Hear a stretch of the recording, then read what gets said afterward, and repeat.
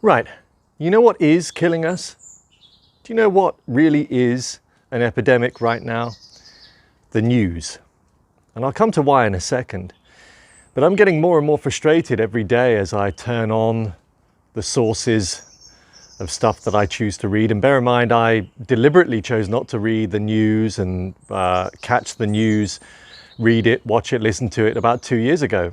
And it made significant benefits, I think, to my health and psychology. But the problem nowadays is that even when you open up YouTube, even when you open up whatever platforms you're looking at, you generally get remarketed by the news. And of course, the latest news is there are now 6 people that have died in the UK. There are now so many countries that are affected by this. And there are some unlucky souls out there that are dying from coronavirus, but we need to add some perspective. We need to add some reality. Those unlucky souls are the ones with significantly poor immune systems and are the aged. It's not everyone else. It's not even children as far as I can see. And the problem is that we're being bombarded by this message daily, that it is putting fear through us. And when you are fearful for a prolonged period of time, that's when you start to receive chronic anxiety, chronic stress related neurochemicals. And of course, what does that do? It makes you ill.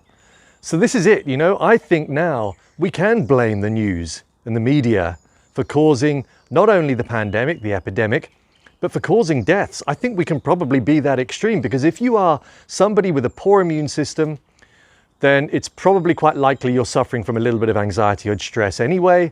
And so therefore, if you are of a certain age, this news, daily news, could tip you over the edge. And it's so sad because our news organizations have all turned to sensationalism. You know, in this country, it used to be the red tops. If you wanted sensationalist news, you would turn to the Sun, the Star, the Express, the Daily Mail. All terrible news sources, most of which was just, you know, rubbish being put out there and clickbaity before even clickbait term was created. But now it's all of them. I don't think there's one news source out there that we can rely on that isn't going to be sensationalist.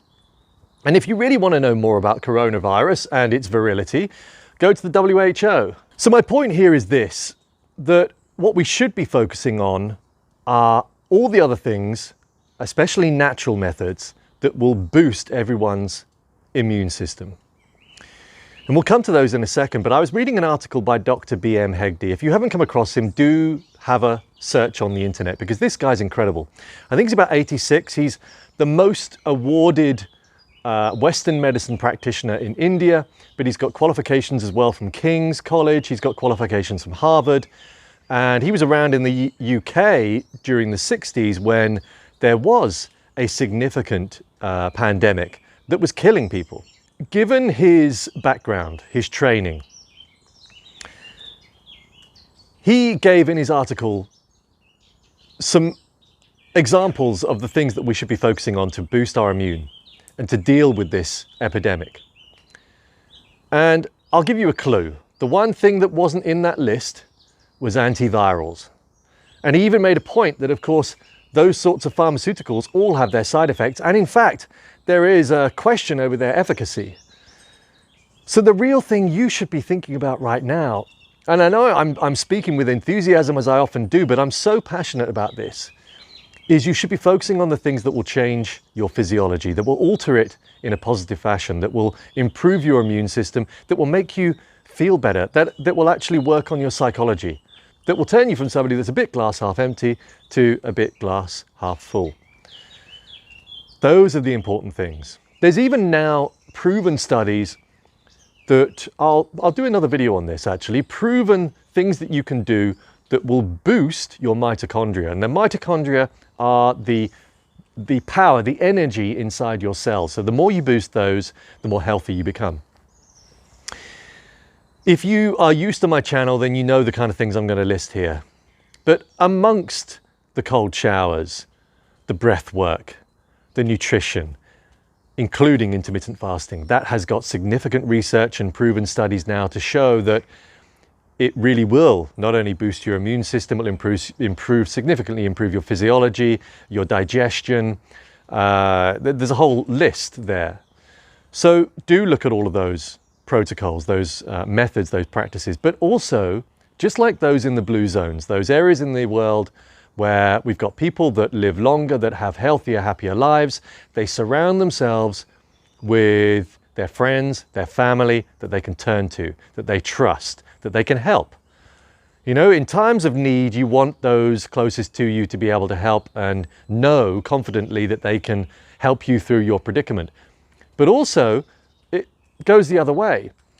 And it's not altruistic purely because if you help others, that has a health benefit to you as well. So when you've got a reason to live and you've got those friends and those family, and if you don't have a significant network of people that you can trust, then start to build one. And I know I'm making light of this here and it sounds simple, but it is. If you focus on the things that you love, the things that you're passionate about, you'll suddenly find people gravitating towards you that are also equally passionate about that subject. Those are the people you want to spend time with because those are the ones you can relate to, that you can trust and build close bonds with. So my message here today is this. Either stop watching, listening, reading the news, and if you can't face that, and I really recommend that you do that, then ignore those messages and just focus instead not on whether you should go out and panic buy.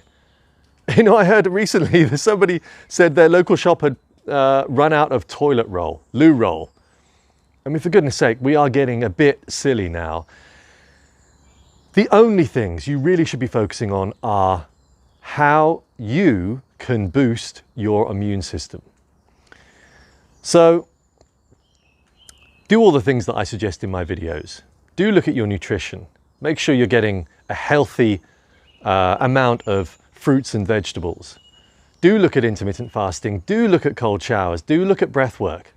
Do look at spending more time with your friends and your family. That's all you need to do.